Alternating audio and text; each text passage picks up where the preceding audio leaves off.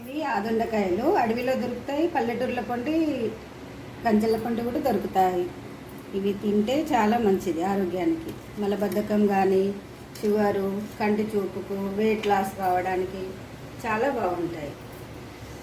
ఇవి తీసుకొచ్చుకొని సంవత్సరంలో ఒకసారి అయినా కూడా తినాలి. తింటే ఆరోగ్యానికి మంచిది. ఇవి ఇట్లా కర్రీ కానీ, పులుసు కానీ, చిన్న చిన్న ఆదొండకాయ పులుసుకు సంబంధించిన ఐటమ్స్ ఇవి. పచ్చిమిర్చి, కరివేపాకు, ఉల్లిపాయలు, అల్లం పేస్టు, బెల్లం, కొత్తిమీర, టమాటా, పచ్చి శనగపప్పు, గరం మసాలా, ధనియా పొడి, సాల్ట్, పోపు దినుసులు, కారం, పసుపు, చింతపండు. ఇవి ఇలా కట్ చేసుకున్నాం. చిన్న చిన్న ముక్కలుగా కట్ చేసుకోవాలి. తీసుకొని ఇందులో కుక్కర్లో వేసుకొని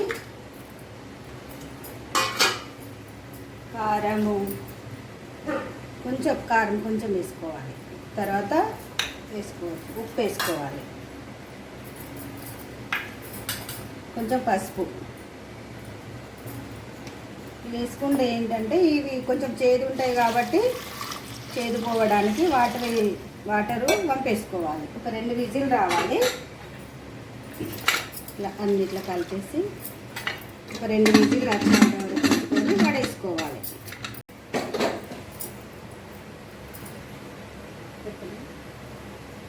స్టవ్ వెలిగించి ఇట్లా పెట్టి 2 విజిల్ వచ్చేంత వరకు ఉంచుకోవాలి.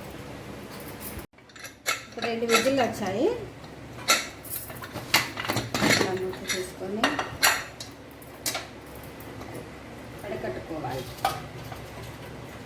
ఎందుకంటే ఇదంతా ఉడికింది కాబట్టి చేదు అనేది వెళ్ళిపోతుంది. కొంచెం చేదుగా ఉంటుంది కాబట్టి ఇవి చేసుకుంటే బాగుంటుంది. 50 గ్రాములంతా ఆయిల్ వేసుకోవాలి. ఆయిల్ ఇట్లా హీట్ అయిన తర్వాత ధనియాలు, జీలకర్ర, ఆవాలు, మిర్చి, 2 మిర్చర్ల కొన్ని వేసుకోవాలి. పోపులు వేసుకొని ఇప్పుడు వెల్లుల్లిపాయ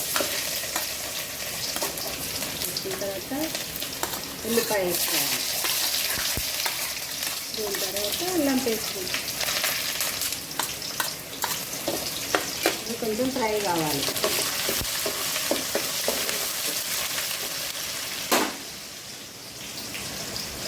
మిర్చి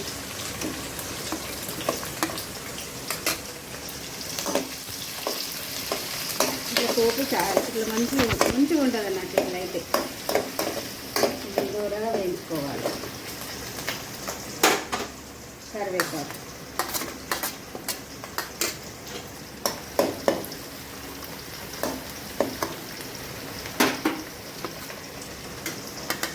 టమాటా,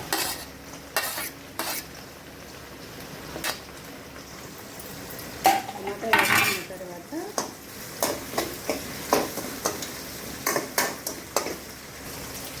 టమాటా వేసిన తర్వాత పచ్చి నానబెట్టుకున్నాం కదా శనగపప్పు, అది వేసుకోవాలి. వేసుకొని కొంచెం గోలే అంతసేపు ఫ్రై చేసుకొని మా అమ్మ చేసేది చిన్నప్పుడు, మా అమ్మ చేయంగా చూసి ఇప్పుడు ఇలా చేసుకుంటున్నాను నేను. కొంచెం పసుపు కలర్ వస్తుంది కదా,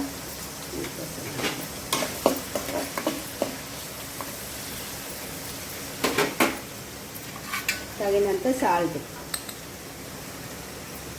తర్వాత చూసుకోవచ్చు కారం,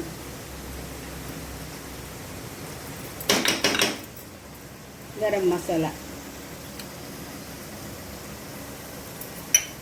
ధనియా పొడి తర్వాత వేసుకోవాలి. కొంచెం ఆయిల్ తేలేంత వరకు టమాటా ఉడకాలి. కొంచెం మగ్గిన తర్వాత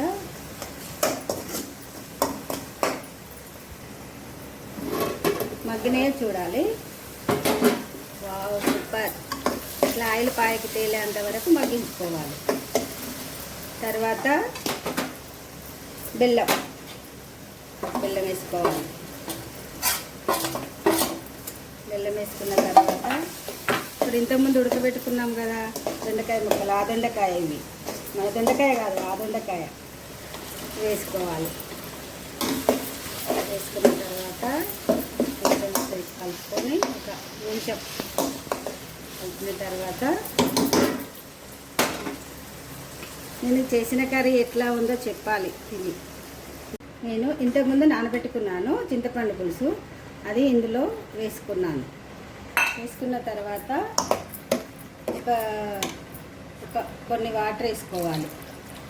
వాటర్ వేసుకున్న తర్వాత ఇవి మగ్గేంత వరకు ఇట్లా ఉడకనివ్వాలి. దగ్గర పడ్డ తర్వాత